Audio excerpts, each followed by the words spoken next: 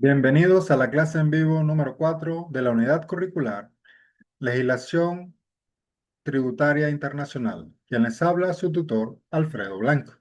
En esta oportunidad vamos a hablar sobre la planificación fiscal internacional y las medidas anti-elusión. La planificación fiscal internacional y las medidas de anti-elusión. Elusión significa uso de lagunas legales de forma artificiosa. Representan una de las áreas más complejas, dinámicas y debatidas del derecho tributario moderno. Se trata de un juego de ajedrez global entre la legítima optimización de recursos por parte de las empresas multinacionales y la defensa de la soberanía fiscal de los estados. Planificación fiscal internacional. Para entender el conflicto es fundamental trazar una línea clara entre tres conceptos que a menudo se confunden, pero cuyas consecuencias jurídicas son radicalmente opuestas. Economía de opción. La economía de opción representa el marco de libertad que el ordenamiento jurídico otorga al contribuyente para organizar sus asuntos de la manera fiscalmente menos gravosa. No existe aquí ningún reproche causal ni ético, pues el sujeto pasivo simplemente elige entre las alternativas explícitas o implícitas que el legislador ha previsto. Características clave. Causa típica y real. Los negocios jurídicos realizados corresponden exactamente a la realidad económica y a la naturaleza jurídica del contrato. Si se constituye una sociedad holding para centralizar la tesorería de un grupo, dicha sociedad posee oficinas, personal y toma de decisiones sustantivas. Uso del derecho de forma consecuente. Se aprovechan los incentivos fiscales, las deducciones por inversión o las exenciones objetivas, la exención de dividendos de fuentes extranjeras establecida en la legislación local, de acuerdo con los fines para los cuales fueron creados. Ausencia de artificiosidad. No hay pasos intermedios innecesarios ni triangulaciones artificiales cuyo único fin sea la reducción del impuesto. Elusión fiscal. La ilusión fiscal transita en la periferia de la legalidad formal, pero colisiona frontalmente con la legitimidad material del sistema tributario. Su característica definitoria es el abuso de las formas jurídicas, abuso del derecho y el aprovechamiento de las lagunas derivadas de la falta de armonización internacional. Mecanismos y elementos técnicos. Negocios anómalos o indirectos. Se utilizan contratos atípicos o estructuras societarias complejas para alcanzar un resultado económico ordinario, pero eludiendo el hecho imponible que de otro modo se habría devengado. Asimetrías híbridas. Es el corazón de la ilusión internacional. Ocurre cuando dos países califican de forma distinta una misma entidad o un mismo instrumento financiero. Ejemplo. Un instrumento de deuda es considerado préstamo en el país A, por lo que la filial deduce los intereses pagados, pero es calificado como capital en el país B, por lo que la matriz recibe esos mismos intereses como dividendos exentos. El resultado es una deducción sin inclusión, reduciendo la base imponible global de forma artificial sin violar la literalidad de ninguna de las dos leyes domésticas. El fraude a la ley tributaria. Aunque no se vulnera la norma de cobertura, la ley penal o prohibitiva, se utiliza una norma de manera desviada para frustrar el mandato de la norma impositiva principal. Evasión fiscal. A diferencia de la elusión, la evasión fiscal no juega con la interpretación de la norma. La quebranta mediante el engaño, la ocultación y la simulación. Entra plenamente en el ámbito del derecho penal tributario. Características clave. Dolo y simulación. Existe una discrepancia deliberada entre la realidad y lo declarado a la administración tributaria. Se simulan gastos mediante facturación apócrifa, empresas fantasmas. Se ocultan ingresos en cuentas no declaradas o se alteran los estados financieros. Clandestinidad. El contribuyente opera al margen del radar fiscal, omitiendo intencionalmente su deber de inscripción, declaración o retención. Sanción penal da lugar a la configuración de delitos contra la fe pública y la hacienda pública, defraudación tributaria, acarreando penas restrictivas de la libertad, comiso de bienes y multas punitivas. El núcleo de la disputa internacional.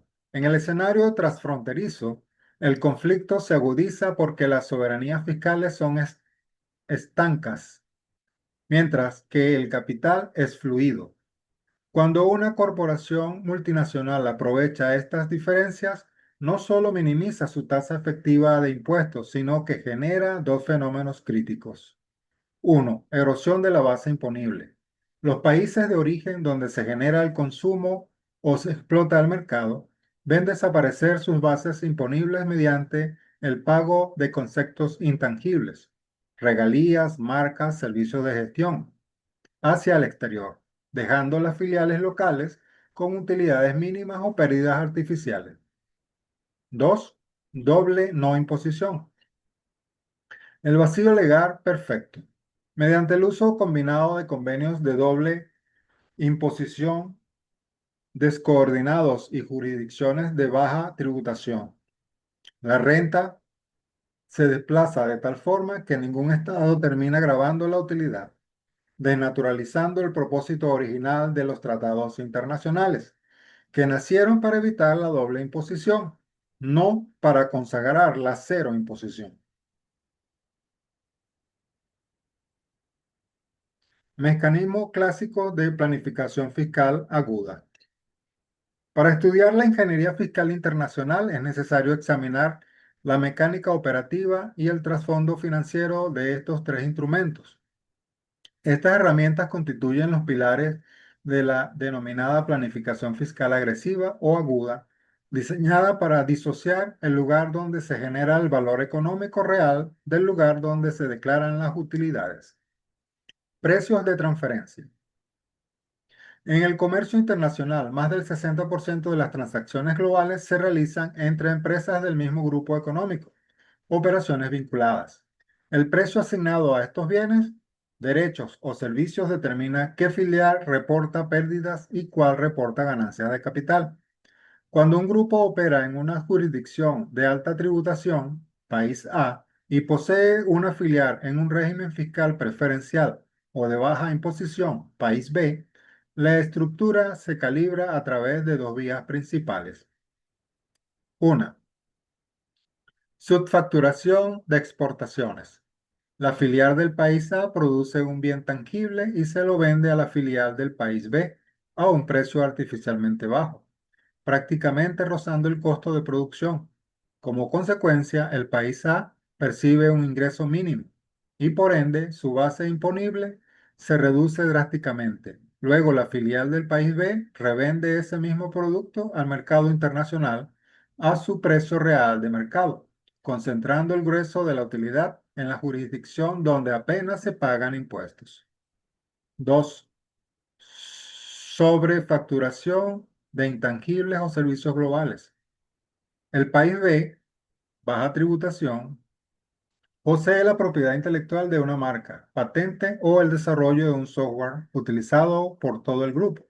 Licencia, es, licencia esta intangible a la filial operativa en el país A, alta tributación, cobrando una regalía o un cargo por servicio de gestión desproporcionadamente alto.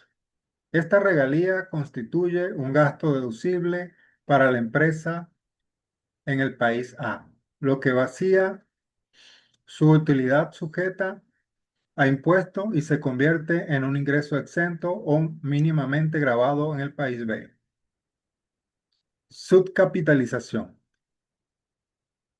también conocida como thin capitalization o descapitalización intencionada, explota una asimetría regulatoria universal, el tratamiento fiscal diferenciado que reciben el capital propio y el capital ajeno. La asimetría financiera entre deuda y capital. Si una matriz inyecta capital social en su filial para que ésta opere, los rendimientos que la filial genera y posteriormente distribuye a sus socios se denominan dividendos. Los dividendos se pagan con cargo a la utilidad neta, es decir, después de que la empresa ha pagado el impuesto sobre la renta corporativo, por lo que no son deducibles. Por el contrario, si la matriz en lugar de aportar capital, le otorga un préstamo a su filial, los intereses devengados por ese financiamiento se consideran un gasto financiero y operativo. La ley permite deducir estos intereses antes de determinar la utilidad neta gravable de la filial.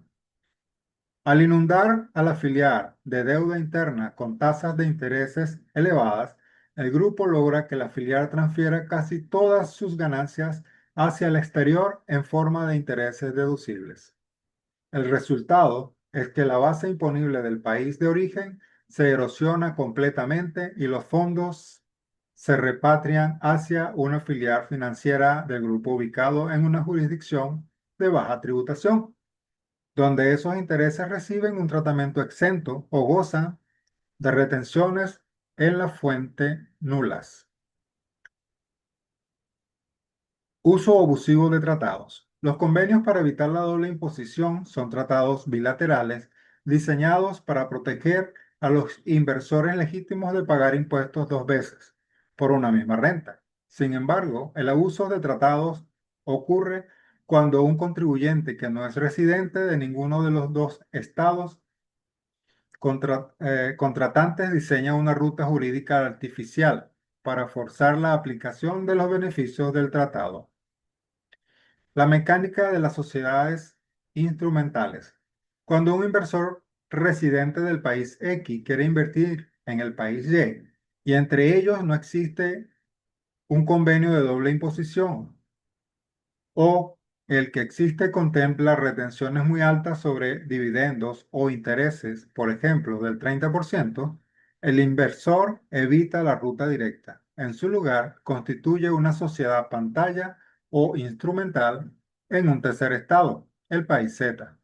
El país Z es seleccionado estratégicamente porque cuenta con una red de tratados sumamente favorables, incluyendo un convenio de doble tributación o doble imposición con el país Y, que reduce la retención sobre dividendos al 5%. La inversión se canaliza entonces desde el país X a través del país Z hacia el país Y. Cuando el país Y genera las utilidades, las remite al país Z aplicando la retención preferencial del 5% establecida en el tratado.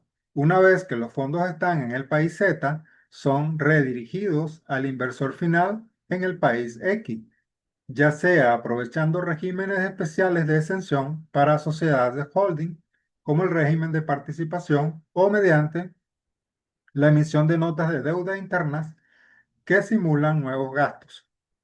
Estas sociedades intermedias carecen por completo de sustancia económica. No tienen empleados que gestionen los riesgos del negocio, no poseen activos fijos reales y sus directores suelen ser firmas de abogados o de administración locales que firman resoluciones en masa, actuando como meros buzones de paso para el flujo del capital global.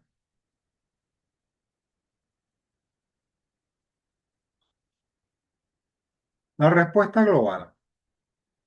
La proliferación de las prácticas de elusión fiscal internacional obligó a la Organización para la Cooperación y Desarrollo Económico, OCDE, en coordinación con el G20, a redefinir por completo las reglas del juego a través del proyecto BEPS, Base Erosion and Profit Shifting. Este plan estructural, compuesto originalmente por 15 acciones específicas, buscó cerrar las brechas que permitían la doble no imposición y asegurar que los beneficios se graben allí donde se genera el valor económico real.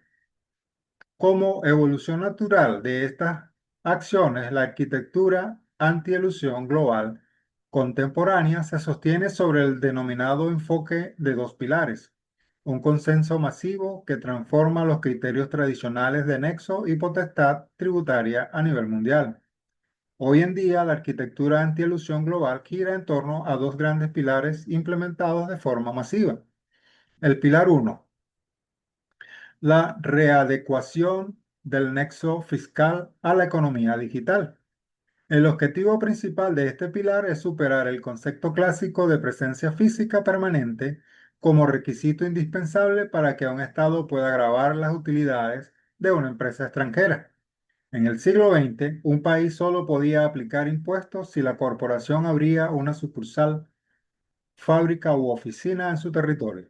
Sin embargo, los modelos de negocios basados en la economía digital permiten a las grandes tecnologías facturar miles de millones de dólares en jurisdicciones donde no poseen un solo ladrillo físico, interactuando de forma remota con millones de usuarios. Para corregir esta asimetría, el mecanismo clave del Pilar 1 reasigna una parte de los derechos de imposición directamente a los denominados países de mercado, es decir, las jurisdicciones donde se encuentran los usuarios y consumidores finales que generan el valor de la plataforma. A través de fórmulas matemáticas concentradas internacionalmente, un porcentaje de las utilidades residuales de las corporaciones multinacionales más grandes y rentables del mundo se distribuye entre los países donde operan digitalmente, independientemente de su estructura corporativa o de la ausencia de un establecimiento permanente tradicional. El pilar 2: el impuesto mínimo global y el fin de la carrera a la baja. El propósito fundamental del segundo pilar es detener la competencia fiscal nociva entre estados, conocida históricamente como la carrera a la baja, en la que los países reducían drásticamente sus tasas impositivas corporativas o creaban regímenes preferenciales para atraer inversión extranjeras a expensas de las bases imponibles de otras naciones.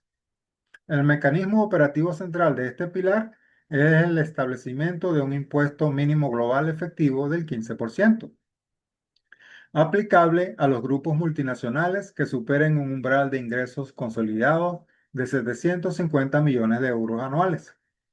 La genialidad técnica de este pilar radica en su carácter coercitivo y extraterritorial. Si una filial opera en una jurisdicción considerada paraíso fiscal o en un país que grava sus utilidades con una tasa efectiva inferior al 15%, se activa una regla de inclusión de rentas. Esto faculta al país donde se encuentra la casa matriz a aplicar un impuesto complementario para recaudar la diferencia restante hasta alcanzar el 15%. Al eliminar el incentivo financiero de trasladar beneficios a guaridas fiscales, ya que la diferencia terminará pagándose de todos modos en el país de origen. El Pilar 2 neutraliza la efectividad de las estructuras de planificación fiscal agresivas basadas puramente en arbitraje de tasas. Medidas antielusión en las legislaciones domésticas. Para blindar sus sistemas de recaudación frente a la erosión de sus bases imponibles, los estados no solo dependen de los tratados internacionales, han tenido que robustecer sus propias legislaciones internas. Esto se logra mediante la incorporación de cláusulas específicas y generales en sus códigos tributarios, las cuales actúan como barreras de contención directamente alineadas con los estándares internacionales. Reglas de transparencia fiscal internacional. Las reglas de transparencia fiscal internacional, conocidas en el derecho comparado como reglas CFC, están diseñadas para neutralizar el diferimiento del impuesto sobre la renta que logran los residentes de un país al canalizar sus inversiones a través de sociedades pantallas en el exterior. Mecanismos operativos y ficción jurídica. En el derecho corporativo tradicional, una sociedad tiene personalidad jurídica propia y sus utilidades solo se consideran renta para los socios en el momento en que se acuerda y materializa la distribución de dividendos. La planificación fiscal aguda aprovecha esto acumulando indefinidamente las ganancias en una filial ubicada en un paraíso fiscal, evitando que el estado donde residen los verdaderos dueños pueda gravarlas. Las reglas CFC rompen esta separación jurídica mediante una ficción de transparencia. Si unos residentes locales ejercen el control sobre una entidad extranjera, ya sea por porcentaje de capital o derechos de voto, y esa entidad obtiene rentas básicas como intereses, regalías, arrendamientos o dividendos, en una jurisdicción de baja tributación, la ley doméstica obliga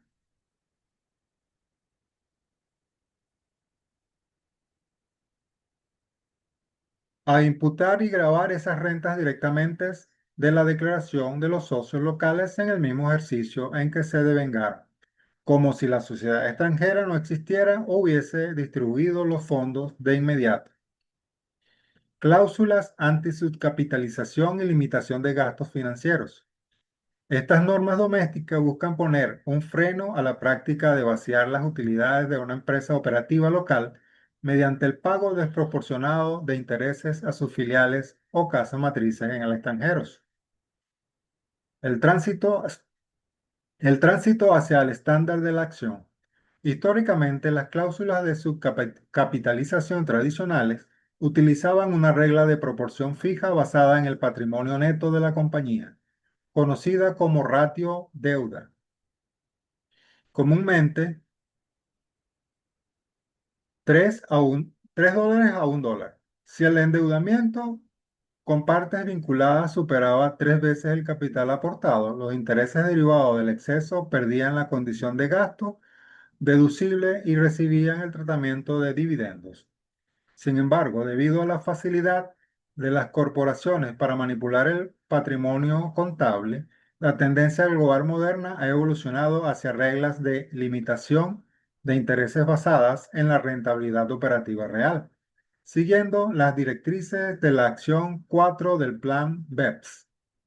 Bajo este nuevo enfoque, la ley local ya no mira únicamente el origen de la deuda, sino que establece un tope máximo a la deducibilidad de los gastos financieros netos, intereses pagados menos intereses cobrados, fijando un porcentaje estricto, usualmente el 30%, de EBITDA fiscal de la compañía en ese periodo. Todo gasto por interés que exceda ese umbral es rechazado por la administración tributaria, impidiendo que el apalancamiento financiero artificial erosione la base imponible del país de origen. Cláusulas generales antiabuso. Las cláusulas generales antiabuso representan la máxima potestad de autodefensa del Estado frente a la elusión. A diferencia de las reglas CFC o de subcapitalización, que son medidas específicas destinadas a un solo tipo de transacción, las GAR, que son las cláusulas generales antiabuso, son normas de textura abierta aplicables a cualquier esquema fiscal artificioso. La primacía de la realidad económica sobre la forma jurídica. Las GAR facultan expresamente a las administraciones tributarias para desestimar, recalificar o desconocer las formas jurídicas adoptadas por los contribuyentes cuando se configuran de manera concurrente dos elementos fundamentales. El primero, el elemento objetivo. Se demuestra que los actos jurídicos, contratos o estructuras societarias carecen de una justificación económica o comercial legítima. La transacción no se realizó para generar empleo, expandir un mercado o mejorar la eficiencia operativa, sino que su única razón de ser fue la obtención de una ventaja fiscal. 2. El elemento subjetivo. El contribuyente utilizó de forma desviada las opciones que ofrece el ordenamiento jurídico para esquivar el hecho imponible principal. Cuando la administración tributaria activa una GAR, prescinde de la fachada legal del contrato y rediseña las consecuencias fiscales del negocio basándose en su verdadera realidad económica. Si un grupo simuló una venta de acciones a través de tres fusiones sucesivas para quedar exento, el fisco reconfigura la operación como una enajenación directa y ordinaria y liquida el impuesto con los correspondientes intereses moratorios y sanciones administrativas. El desafío de la sustancia económica. El principio de sustancia económica representa el cambio de paradigmas más profundo en la historia del derecho tributario internacional moderno. Implica el tránsito definitivo del formalismo jurídico a la realidad económica y operativa, marcando el fin de la era en la que bastaba un documento firmado ante notario o un registro mercantil en una jurisdicción de baja tributación para legitimar el diferimiento o la ilusión del impuesto. El estándar actual del derecho tributario internacional se resume en un principio. Las utilidades deben grabarse allí donde se realizan las actividades económicas reales y donde se crea el valor. Ya no basta con la legalidad formal de un contrato. Las administraciones fiscales exigen demostrar que las entidades en el extranjero cuentan con oficinas, personal calificado, activos y la toma de decisiones efectivas para justificar la asignación de ingresos. El declive del formalismo jurídico y el auge del valor creado. Durante décadas, el derecho internacional privado y los convenios bilaterales respetaron casi de forma ciega la libertad de configuración formal de las corporaciones. Si una empresa transnacional constituía una filial en un territorio con ventajas fiscales y celebraba un contrato de cesión de derechos con ella, los estados de origen se veían atados de manos al carecer de herramientas legales para impugnar la validez fiscal de las transacciones, siempre que los papeles cumplieran con la solemnidad de la ley local. El estándar contemporáneo invierte esta carga conceptual. El derecho impositivo no desconoce la validez civil o mercantil del contrato, pero le quita todo efecto vinculante en materia tributaria, si no viene acompañado de una estructura operativa real. La premisa es clara. La utilidad no sigue el papel. La utilidad debe seguir las funciones, a los activos y a los riesgos asumidos. Si el valor de un software se crea gracias a los ingenieros que trabajan en el país A, el beneficio derivado de su explotación debe tributar en el país A, independientemente de que la titularidad formal de la patente se haya registrado a nombre de una sociedad holding en el país B. Los cuatro pilares operativos de la sustancia económica. Para evaluar si una entidad transfronteriza posee la sustancia necesaria que justifique la asignación de sus rentas, las administraciones fiscales y los tribunales de justicia analizan de forma concurrente cuatro elementos fácticos. 1. Dirección y gestión efectiva. No basta con que las asambleas de accionistas se celebren formalmente en la jurisdicción del destino. Se exige demostrar que las decisiones estratégicas del día a día, la gestión de los riesgos comerciales y el control de negocios se ejecutan efectivamente en ese territorio por directores que residen allí y que poseen la calificación profesional para tomar tales decisiones. Si los directores locales se limitan a firmar documentos enviados desde la casa matriz por correo electrónico, la sustancia se considera inexistente. 2. Personal calificado y proporcional. La entidad debe contar con una nómina de empleados directamente contratados que posean los conocimientos, destrezas y experiencia técnica necesarios para llevar a cabo las actividades comerciales básicas de la empresa, como analizar inversiones, gestionar carteras de crédito o supervisar contratos. Las firmas de administración masiva que ofrecen directores de alquiler o empleados compartidos por cientos de empresas pantalla ya no se superan las auditorías modernas. 3. Presencia física real e infraestructura. La sociedad debe disponer de locales comerciales, oficinas, almacenes o servidores físicos adecuados y proporcionales al volumen y naturaleza de sus operaciones en ese país. Un simple casillero postal o una oficina virtual sin actividad real es un indicio inequívoco de artificialidad. 4. Gasto operativo local justificado. La compañía debe incurrir en un nivel de gastos operativos ordinarios dentro de la jurisdicción que sea coherente con la magnitud de los ingresos que reportan. Esto demuestra que la entidad dinamiza la economía local y que sus costos están vinculados a su propia operación y no a meros asientos contables automatizados. Consecuencias conceptuales en la litigación fiscal. Este estándar ha definido las reglas de la prueba en los procesos de fiscalización y en el contencioso tributario. Las administraciones fiscales ya no se limitan a revisar las declaraciones de impuestos. Hoy realizan auditorías forenses digitales e inspecciones internacionales para verificar la cadena de mando de las organizaciones.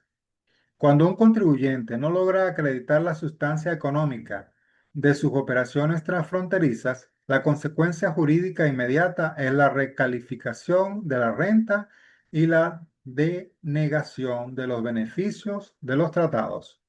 Esto significa que las sumas transferidas al exterior bajo conceptos supuestamente exentos o deducibles, como regalías o servicios técnicos, son tratadas por el fisco como simples distribuciones de utilidades encubiertas, quedando sujetas a las tasas plenas de retención en la fuente del país de origen, acompañadas de las respectivas indexaciones, intereses de mora y multas por defraudación o elusión agravada. Con esto hemos llegado al final de nuestra clase en vivo y esperando a que tengan éxito en sus actividades, se despide de ustedes Alfredo Blanco.